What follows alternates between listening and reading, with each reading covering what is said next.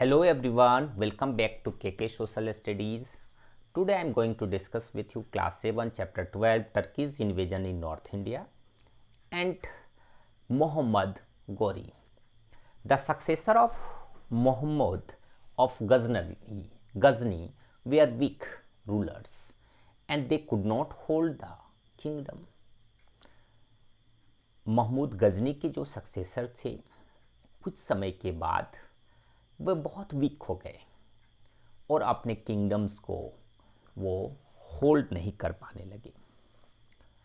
A new power under prince of Ghor, actually Ghor a small state in Afghanistan, emerge under Mohammad Ghori, captures Ghazni in 1173 AD.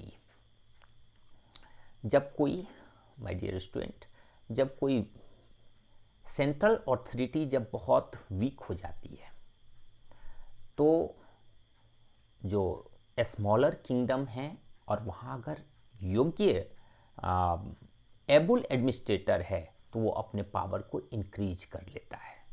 ठीक गौर के case में वही हुआ. Central authority वहाँ week थी गजनी में और ये जो है मोहम्मद गौरी इमर्ज हुए और वो क्या किए, गजनी को ही कैप्चर कर लिए. Okay. Mohammad Ghori whose aim of invading India was to loot the great wealth of India and establishing an Islamic empire. The objective of invasions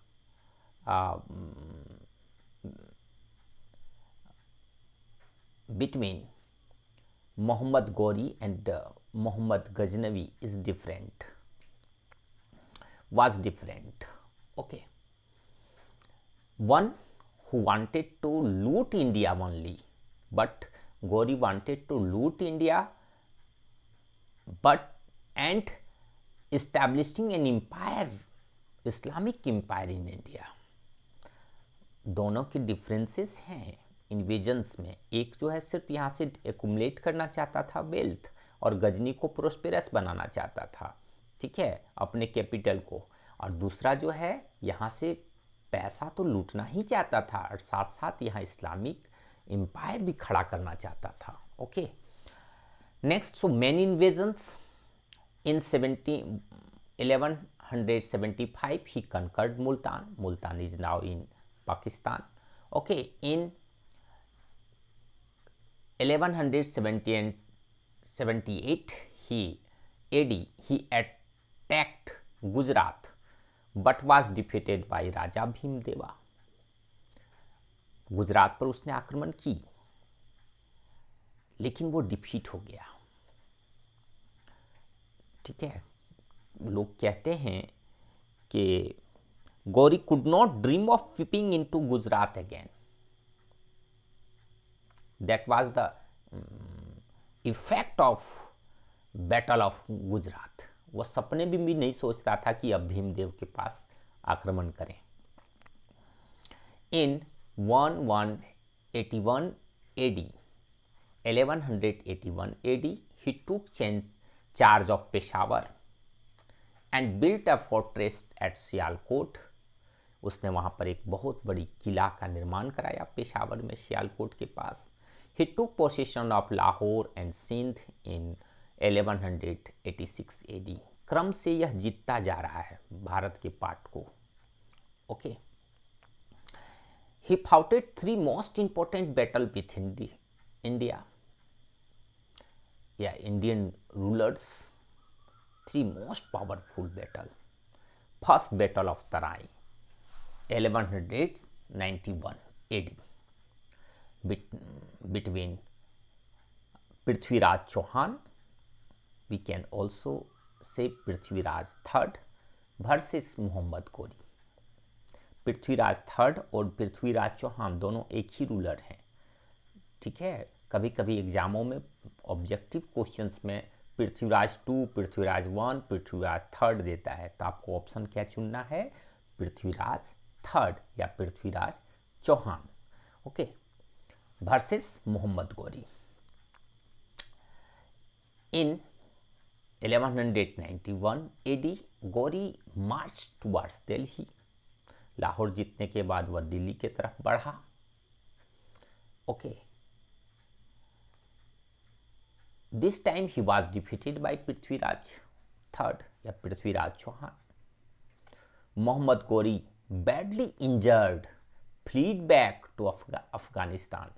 some historian said that कि इसमें वह इतनी बुरी तरह से घायल हुआ था कि मोहम्मद पृथ्वीराज चौहान चाहते तो उसे पकड़ करके मार सकते थे, बट पृथ्वीराज चौहान ने पीठ दिखाकर भागने वाले शत्रुओं पर हमला करना उचित नहीं समझा।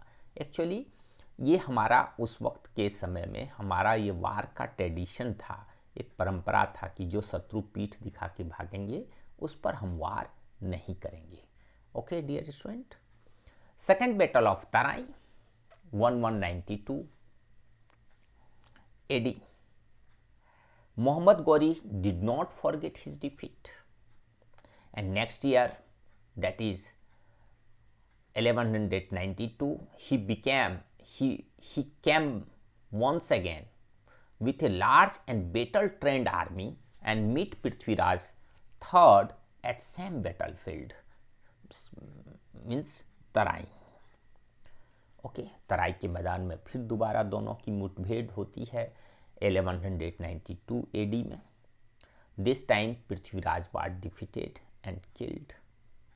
इस समय वह जो है डिफीट होते हैं और मारे जाते हैं। Right, battle of Chandawar, it is nowadays near Firozabad on the Yamuna rivers close to Agra. Agra के नज़दीक है ये। 1194 AD। Mohammad Ghori versus Jaichand. Actually one of the commander of Gauri was Kutubuddin Aibak versus Jaichand the ruler of Kannauj. Kannauj उस वक्त बहुत प्रोस्पेरस स्टेट था और इसका एक्सपेंशन वाराणसी शहर तक था, जो रिलीजियस टाउन माना जाता है हिंदुओं का, वहाँ तक उनका एक्सपेंशन था। ओके, और Jaichand was ruler of Kannauj of Gahadwal dynasty. Gahadwal dynasty के रूलर थे। और Jaichand was father in law of Prithviraj Chauhan. कुछ हिस्टोरियंस कहते हैं कि सेकेंड बैटल ऑफ पानीपत में जयचंद ने पृथ्वीराज चौहान की कोई मदद तो नहीं की, बदले में इसने गौरी को काफ़ी सपोर्ट किया, जिस कारण आज के समय में जयचंद एक भारत में गद्दारों का एक पर्याय बन चुका है, साइनोनिम्स हो गया है। आज के समय में कोई भी अपने बच्चों का नाम जयचंद कभी नहीं रखते भारत में, क्योंकि यह गद्दारी का प्रतीक बन गया है। जैसे हम लोग कभी भी दुर्योधन नाम नहीं रखते, ओके, क्योंकि वह कुकर्मी था। राइट, ठीक उसी तरह से ये गद्दारों का एक प्रतीक है आज के समय में भारत में। इसे तो लगा कि यहाँ से वापस चल जाएंगे गौरी के कमांडर्स और गौरी, लेकिन गौरी भारत में ही टिका रह गया। अब एक वार होना जरूरी हो गई, दोनों के बीच वार हुआ, चूंकि यह भी तैयारी करने लगा गौरी को हराने का। ठीक है, और इनकी पुत्री जो संयोजिता थी, उनके साथ अभद्र व्यवहार हुआ था। गौरी के जो आर्मी ऑफिसर्स थे वो लोग अभद्र व्यवहार किए थे, जिस कारण भी यह बहुत मानसिक रूप से परेशान था गौरी को भगाने के लिए। इसलिए एक वार हुई 1194 में, और इस वार में Gauri became the master of, he was defeated and killed.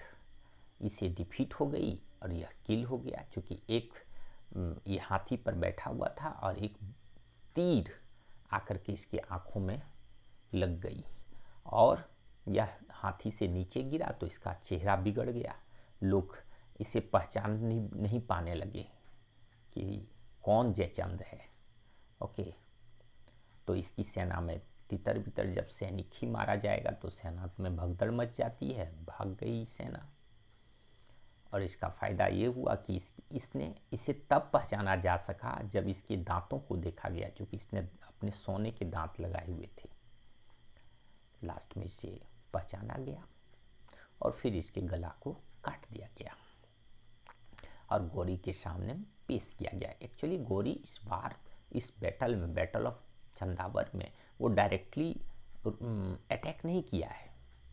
यहाँ डायरेक्टली कुतुबुद्दीन ऐबक और उसकी गौरी के जनरल्स लड़े हैं, right. Gauri became the master of 3 important kingdoms, Delhi, Ajmer and Kannauj. In 1206 AD, Muhammad Ghori was stolen, means to kill violently by a band of Khokhar at a place of Damyak in Jhelum district, now in Pakistan. Khokhar एक tribal groups थे, उन्होंने गौरी के ऊपर attack करके उनको मार डाला। Actually जब बैटल ऑफ चंदावर हुआ था तो गौरी 1400 कैमल्स के ऊपर बोरी में सोने चांदी जेवरात कीमती रत्न लेकर के गौर लौटा था। तो ये बात खोखरों को पता चली, वो भी लुटेरे कौम थे, कि भाई गौरी यहाँ भारत से बहुत सारा धन ले जा रहा है। तो 2006 में जब गौरी लौट रहा था इंडिया से तो लगा कि बहुत सारा धन ले जा रहा है, चलो इसको लूटते हैं। और खोखर ने एकाएक अटैक की और गौरी को मार डाला, डिफीट कर दिया गौरी और उसकी सेनाओं को, राइट। खोखर एक ट्राइबल पीपुल्स हैं। My dear student, Shahid Afridi भी जो है खोखर, यही खोखर ग्रुप जो है बाद में जाके इस्लाम में कन्वर्ट हो जाते हैं और ये जो है अभी भी पाकिस्तान के एरियाज़ में है। शाहिद अफरीदी शायद इन्हीं ग्रुप्स में से बिलोंग करने वाले क्रिकेट प्लेयर हैं। Okay,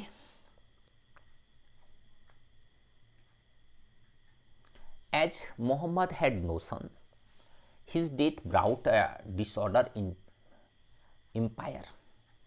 4 of his slave governors took advantage of the disorder and declared themselves partially independent. उसके 4 गवर्नर्स थे, वो स्लेव को अपना संतान कहा करता था, जैसे यल्दोज इन अफगानिस्तान, कोबाचा इन इंडस टेरिटोरीज, कुतुबुद्दीन ऐबक इन दिल्ली, मोहम्मद बिन बख्तियार इन बंगाल। यही मोहम्मद बिन बख्तियार नालंदा यूनिवर्सिटी को जला दिया था, राइट। सो ये लोग आपस में उस टेरिटोरी के, मोहम्मद गौरी के टेरिटोरी को ये लोग आपस में बांट लिए। Reason for success of Turks, क्या रीजन थे इसके सक्सेस के? तो फर्स्ट रीजन जी, disunity among Indian rulers was the main causes of success of Turk. Right? Some Rajput rulers helped the Turk against their own country, like Jaychand. Prithviraj को ही हराने में वो गौरी को रसद और सेना की मदद किया था। The Rajput system of war was old and outdated. Rajput mainly depend upon slow-moving elephant. On the other hand, the invader had swift horse. जो इन्वेडर्स थे टर्क, उनके पास तेज घोड़े थे, वो तेजी से घोड़े और हाथी में, हाथी बड़ा एनिमल है, ठीक है, लेकिन उसके ऊपर रहने से हम बहुत दूर तक देख सकते हैं। ओके, बट अगर एक और ये इसका मूवमेंट तो स्लो होगा वार में, लेकिन घोड़े का क्या है कि जल्दी से तोड़ता हुआ आएगा, फिर बैक भी जल्दी से जा सकेगा, ठीक है। तो ये एडवांटेज होती है घोड़े से लड़ाई करने में, ओके। और उसके पास, हम लोग के पास आउटडेटेड टेक्निक थे, हम लोग लंबे धनुष का यूज करते थे और उन लंबे धनुषों को जमीन में टिकाना पड़ता था, फिर उसको तीर चलाते थे। जो नो डाउट तीर जो बो था वो बहुत दूर तक जाएगा, तीर बहुत दूर तक मार करेगा, नो डाउट। लेकिन वहीं टर्क जो थे, तुर्क लोग, वो हॉर्स पर चढ़ करके ही छोटे धनुष बनाते थे और धनुष जो है उस पर पट्टी लगा देते थे। ठीक है, मतलब एक धनुष है, उसके ऊपर फिर से एक छोटा सा बांस का टुकड़ा बांधते थे और उसको बैन करते थे। और ये जो धनुष का जो रस्सी है, रोप है, वो लेदर का यूज करते थे। नतीजा छोटे छोटे तीर रखते थे, नतीजा वो जल्दी जल्दी तीर को चला पाते थे और घोड़ा से दौड़ के आते थे और तीर जल्दी से सेना को के ऊपर, सैनिकों के ऊपर चलाते थे, फिर वापस बैक भाग जाते थे। उनका वही वार टेक्निक था, इसलिए वो जीत गए। और हमारे सैनिक जो हैं लंबे धनुष रखते थे, टिका करके फिर वार करते थे, तब तक उनको देर होती थी, धनुष टूटने का भी आशा रहता था। और धनुष के ऊपर वो चमड़ा का रोप नहीं लगाते थे, धागा चमड़ा का यूज नहीं करते थे, वो बांस का ही पट्टी यूज करते थे। लड़ाई के मैदान में एक पतली सी पट्टी यूज करते थे बांस का, ओके, बम्बू जिसको हम लोग बोलते हैं। तो वो टूटने का भी रहता था, बीच वार में वो टूट जाता था, फिर वो दूसरा धनुष लेते थे। ये ओल्ड टेक्निक मेथड्स था वार का। The feudal system where the landlords owner were very powerful, weakened the power of the king. They paid least amount of taxes to the king in the time of war. Feudal take part in the war with their soldiers. अब feudal अपने अपने soldiers लाएंगे, तो अगर feudal ही वार में अगर मारा गया, फिर उसका सोल्जर तो लड़ाई नहीं करेगा, है ना, क्योंकि सोल्जर्स उसके अपने सामंत के प्रति जिम्मेदार होगा, न कि राजा के प्रति। तो आप समझो कि हमारे पास बहुत अनऑर्गेनाइज सोल्जर्स होती थी, ऑर्गेनाइज सोल्जर हमारे पास नहीं थी, राइट। अगर फ्यूडल सामंत ही जो मान लो हम 5000, हम किसी राजा का सैनिक हैं और 5000 सैनिक को लेकर के गए, हम ही मारे गए, तो फिर मेरी सेना थोड़ी लड़ेगी, वो तो वापस बैक भाग जाएगी, right. Next, so we can say that the weak and organized army of India was one of the important reason for Turkey's success.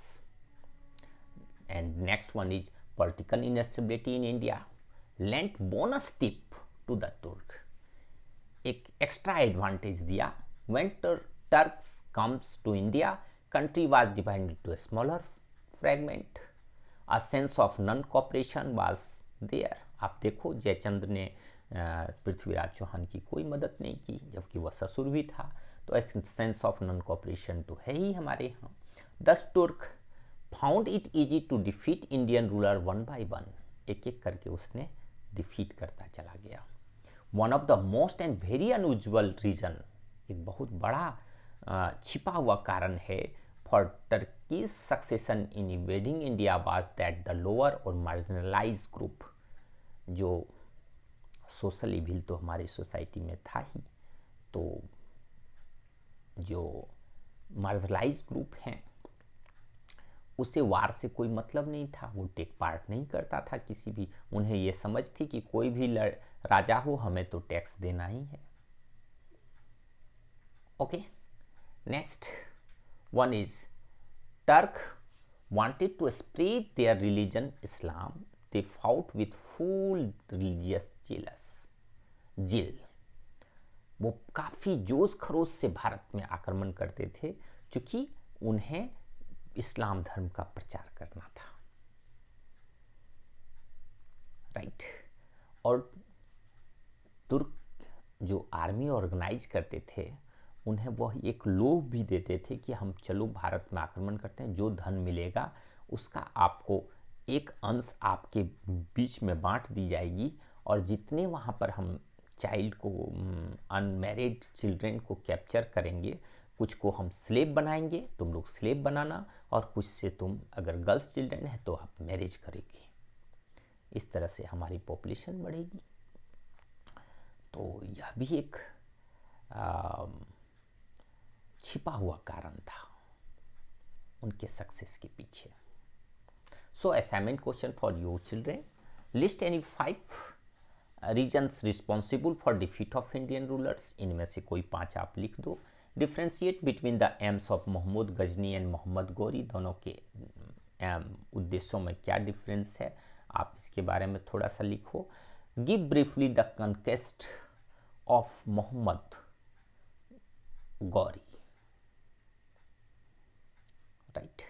Thank you for listening and watching my videos.